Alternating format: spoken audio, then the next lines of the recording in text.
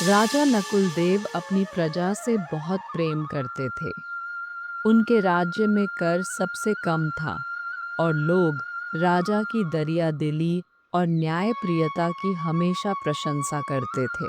उनकी उदारता की कहानियां दूर दूर तक प्रसिद्ध थीं। व्यापारी और आम लोग सभी उनकी तारीफ करते नहीं थकते थे। हर किसी को उनके शासन में एक सुरक्षित और खुशहाल जीवन मिलता था।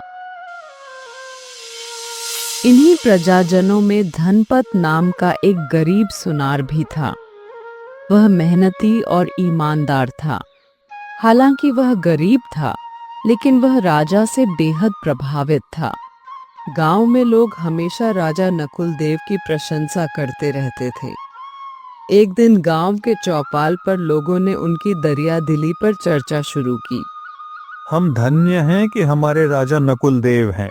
दूसरे राज्यों में तो लोगों पर भारी कर लगाए जाते हैं। हम लोग इतने सुख से अपना जीवन बिता रहे हैं, सिर्फ और सिर्फ अपने राजा की वजह से। सच कहते हो?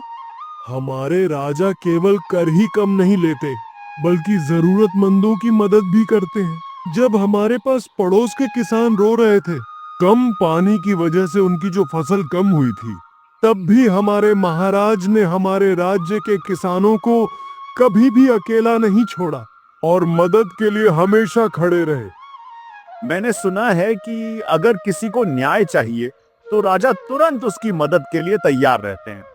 तुम सही कह रहे हो भैया। हमारे राजा जैसा न्याय कोई दूसरा राजा नहीं कर सकता।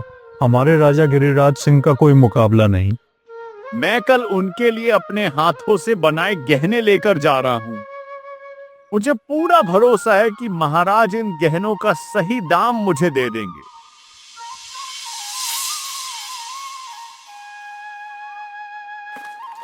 अगली सुबह धनपत अपने बनाए गहने लेकर राजा के महल के लिए निकला, मगर उसकी किस्मत को कुछ और ही मंजूर था।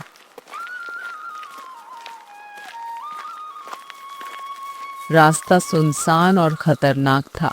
घने जंगल के पास अचानक कुछ डाकुओं ने उसे घेर लिया। अरे भाई देखो तो, यहाँ एक आदमी गहनों की पोटली लेकर घूम रहा है। लगता है आज हमें कोई सुंदर बकरा मिला है। मुझे जाने दो। मैं गरीब सुनार हूँ। ये गहने मैं बड़ी मेहनत से बने हैं, जिन्हें मैं अपने महाराज को बेचने जा रहा था। इन्हें बेचकर ही मेरे परिवार का गुजारा चलेगा। अगर मैं यह गहने नहीं बेच पाया तो मैं भूखा मर जाऊंगा। मुझ पर रहम करो। गरीब आदमी के पास भी कभी सोने के गहने होते हैं, और अगर तू गरीब है तो ये गहने तेरे पास कैसे हैं? झूठ मत बोल, जल्दी पोटली दे दे, वरना तुझे जान से मार देंगे। ये गहने राजा के लिए हैं, मुझे मत लूटो। मेरी मेहनत की कमाई है। मेरी पूरी कमाई मैंने इन गहनों में लगा दी है। रहम करो। पर डाकुओं को कोई फर्क नहीं पड़ा। उन्होंने उसकी पोटली छीन ली और हंसते हुए भाग गए। बेचारा धनपत, उसने कई बार डाकुओं को पुकार लगाई, मगर उसकी सुनने वाला वहां कोई नहीं था। धनपत उदास मन से महल पहुंचा। राजा नकुल देव को यह खबर मिल चुकी थी। उन्होंने तुरंत धनपत को दरबार में बुलाया। धनपत, हमें तुम्हारी स्थिति के बारे में पता चला। तुम्हारी हानि का मुझे खेद है, मगर याद रखो, हमारी प्रजा हमारे बच्चों के समान है। अगर हमारे बच्चों को तकलीफ पहुंचती है तो दर्द हमें होता है, और जब तक राजा है प्रजा को कोई कष्ट नहीं हो सकता।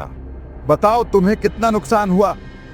महाराज, आपको तो पता है मैं एक गरीब सुनार हूं। मैंने अपनी पूरी संपत्ति लगाकर वह गहने बनाए थे जो मैं आपको दिखाने के लिए ला रहा था, मगर उन लोगों ने मेरे सारे गहने लूट लिए गए। अब मैं क्या करूंगा? राजा ने तुरंत अपने खजांची को बुलाया। जी महाराज। खजाने से इतने पैसे निकालकर इस बेचारे सुनार को दे दो, ताकि इसका घर चल सके। जी महाराज। खजांची ने राजमहल के राजकोष से एक थैली पैसे निकाले और धनपत को दे दिए। धनपत, यह लो। यह उतनी ही रकम है जितनी तुम्हारे गहनों की कीमत थी। चिंता मत करो, हम तुम्हारे साथ हैं। धनपत को अपनी आंखों पर विश्वास नहीं हुआ। उसने आज तक सिर्फ अपने महाराज की तारीफ सुनी थी, आज अपनी आंखों से इंसाफ भी देख लिया। उसकी आंखें आंसुओं से भर गईं। धनपत ने राजा को धन्यवाद दिया। आपकी दयालुता के लिए मैं जीवन भर आपका आभारी रहूंगा। मैंने आज तक सिर्फ आपकी महानता सुनी थी महाराज, लेकिन आज मैंने देख भी ली। अब मुझे आज्ञा दीजिए। राजा कितने महान हैं। उन्होंने मेरे नुकसान की भरपाई कर दी। मैंने अपने सारे पैसे उन गहनों को बनाने में लगा दिए थे, और जब उन डाकुओं ने मेरे सारे गहने छीन लिए थे तो मुझे समझ नहीं आ रहा था कि मैं क्या करूंगा। महाराज ने भगवान की तरह मुझे दूसरा जीवनोत्तरजी बना दी थी। ऐसे शासक हर जगह नहीं मिलते। भगवान का लाख लाख शुक्र है कि हम ऐसे राजा के राज्य में रहते हैं, नहीं तो आज हमारा पूरा परिवार बर्बाद हो जाता। मुझे आपको एक बात बतानी है। हमारी बेटी के लिए एक बड़े घर से रिश्ता आया है। सेठ सोहन लाल का लड़का कल मंदिर में गया था दर्शन करने के लिए। बड़े घर के लिए दहेज चाहिए होगा। बड़े लोगों का रहन सहन अलग होता है। शादी कोई बच्चों का खेल तो है नहीं। हमारे पास इतना पैसा नहीं है। मुझे लगा कि महाराज ने मुझ पर इतनी कृपा की है और मेरे दुख दूर कर दिए, और तुम मुझे इतनी भयानक खबर सुना रही हो। तुम नहीं चाहते कि हमारी बेटी राज करे? अरे यह भी तो सोचो कि माँ बाप अपने बच्चों के लिए ही तो जीते हैं, और अगर हमारी बेटी को इतना बड़ा घर मिल रहा है तो क्या हमें उसके लिए पूरी कोशिश नहीं करनी चाहिए? यह हमारी बेटी के भविष्य का सवाल है। अगर यह रिश्ता नहीं हुआ तो उसका भविष्य अंधकारमय हो सकता है। हमारी बेटी को अमीरों के दिखावे में क्यों बांधना? उसे ऐसे घर में शादी करनी चाहिए जहां उसे समझा और प्यार किया जाए। कई बार अमीर और गरीब जब शादी करते हैं तो वह शादी टिकती नहीं है, क्योंकि उन लोगों की विचारधारा नहीं मिलती। हमारी बेटी तो सुखी हो जाएगी, लेकिन अगर उन लोगों को हमारी बेटी का व्यवहार अच्छा नहीं लगा तो कभी यह सोचा है? तुम हमेशा ऐसी बातें करते हो। तुम बस बहाने बना रहे हो ताकि पैसे खर्च ना हो। मैं जानती हूँ हमारे पास पैसा नहीं है, मगर हमारे पास एक दयालु राजा तो है। तुम राजा से मदद क्यों नहीं मांगते? महाराज मेरी पहले से ही बहुत मदद कर चुके हैं, लेकिन तुम कहती हो तो ठीक है। मैं राजा से मदद मांगने जाऊंगा।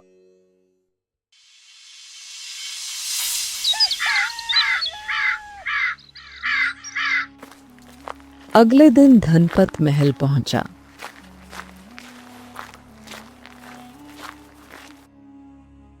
राजा बगीचे में टहल रहे थे।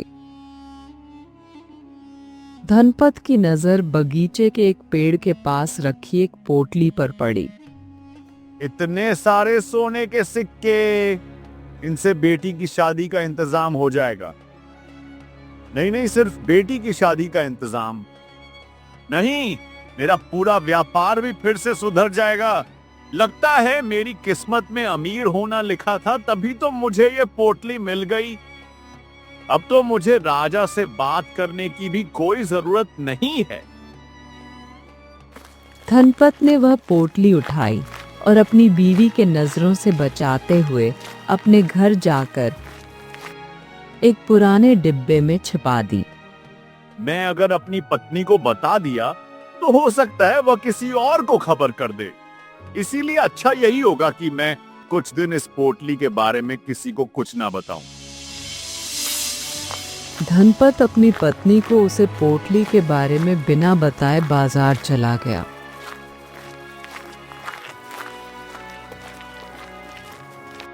धनपत की पत्नी ने उस डिब्बे को देखा और बिना कुछ सोचे समझे उसे कबाड़ी वाले को बेच दिया। ये डिब्बा पुराना है लेकिन काम का लग रहा है, ले लूंगा। कबाड़ी ने वह डिब्बा अपने मालिक को बेच दिया और वहां से चला गया। पता नहीं है कहां कहां से बेकार डिब्बे उठा लाता है। अगली बार से मैं इसे मना कर दूंगा। ये पुराने डिब्बे कौन लेता है आज के जमाने में भला। जब मालिक ने डिब्बा खोला तो उसमें सोने के सिक्के देखकर उसकी खुशी का ठिकाना नहीं रहा। लगता है मेरी किस्मत में आज धनी होना ही लिखा था। सुबह से मेरी बाईं आंख फड़क रही थी। भगवान तेरा लाख लाख शुक्र है। इसी दौरान एक चोर ने यह सब देख लिया। इतनी बड़ी रकम, इससे मेरे हाथ आने से कोई नहीं छीन सकता। किस्मत तेरी नहीं बेटा, मेरी अच्छी है, और मेरी तो सुबह से दोनों आंखें फड़क रही हैं। चोर ने मौका पाकर पोटली चुरा ली और भाग गया। चोर रास्ते में राजा के सिपाहियों से टकरा गया। अरे रुक जा, कहाँ भाग रहा है? चोर डर गया और जल्दी से पोटली एक पेड़ पर छिपा दी। तू तो हमारे राज्य का सबसे बड़ा चोर है ना? तेरी सजा कब खत्म हुई, बता जल्दी। मैं 2 दिन पहले ही जेल से छूटा हूँ मालिक। मैंने तो महाराज को वचन दिया था कि आज के बाद कभी चोरी नहीं करूंगा। मैं तो नहीं मानने वाला, तेरी रग रग से वाकिफ हूँ। तू हमेशा चोरी करता है, जरूर कुछ चुरा कर भागा होगा। जल्दी बता। मेरे पास कुछ नहीं है। ठीक है, हम तेरी तलाशी लेते हैं। अगर तेरे पास कुछ नहीं मिलेगा तो तुझे छोड़ देंगे। सिपाहियों ने उसकी तलाशी ली, लेकिन उसे खाली हाथ पाकर छोड़ दिया। चोर ने पेड़ पर रखी पोटली लेने की कोशिश की, लेकिन तभी एक गिलहरी उसे खाने का सामान समझकर उठा ले गई। अरे, ये गिलहरी इसे कहाँ ले जा रही है? मेरी जिंदगी से मेरी किस्मत छीनकर कहाँ ले जा रही है यह गिलहरी? रुक जा, बड़ी मेहनत से मिली है यह पोटली। चोर गिलहरी के पीछे भागा। गिलहरी महल के बगीचे में जाकर पोटली छोड़ गई। धनपत को जब पता चला कि पोटली गायब है तो वह डर गया। अरे भाग्यवान, यहाँ पर एक पुराना डिब्बा रखा हुआ था ना? हाँ, रखा हुआ था। आज सुबह ही मैं कबाड़ी को दे दिया। क्या कह रही हो? धनपत भागते भागते कबाड़ी वाले के पास पहुंचा। उसने अपने मालिक का पता बताया, और जब उसने कबाड़ी के मालिक से यह पता किया कि उसे कोई चोर चोरी करके ले गया, तो धनपत बहुत उदास हो गया। उसने सोचा कि राजा से जाकर अपनी गलती मान ले। महल पहुंचने पर उसने राजा को बगीचे में टहलते हुए देखा। महाराज, मैं आपसे एक बात करना चाहता हूँ। राजा ने उसे देखा और मुस्कुराते हुए कहा, धनपद, मुझे पता है कि तुम्हें अपनी बेटी की शादी के लिए मदद चाहिए। मुझे मंत्री जी ने बताया था। मैं तुमसे कहा था कि प्रजा राजा की संतान की तरह होती है। राजा ने वही पोटली धनपत को दी। इसमें इतने सिक्के हैं कि तुम्हारी बेटी की शादी का इंतजाम हो जाएगा। धनपत ने सिर झुकाकर राजा को धन्यवाद दिया। अगर राजा को पता चलता कि मैंने पोटली चुराई थी तो मुझे माफ नहीं करते। यह उनकी महानता है। लगता है भगवान ने मुझे दूसरा मौका दिया है, इसलिए मैं अपनी गलती मानकर अपनी बेटी के लिए ये पोटली ले जाता हूँ। धनपत घर लौटा और अपनी बेटी की शादी की तैयारी करने लगा। उसने समझ लिया कि लालच और चोरी से कुछ नहीं मिलता, बल्कि राजा की दयालुता और न्यायप्रियता ही उसे सही रास्ते पर ले आई।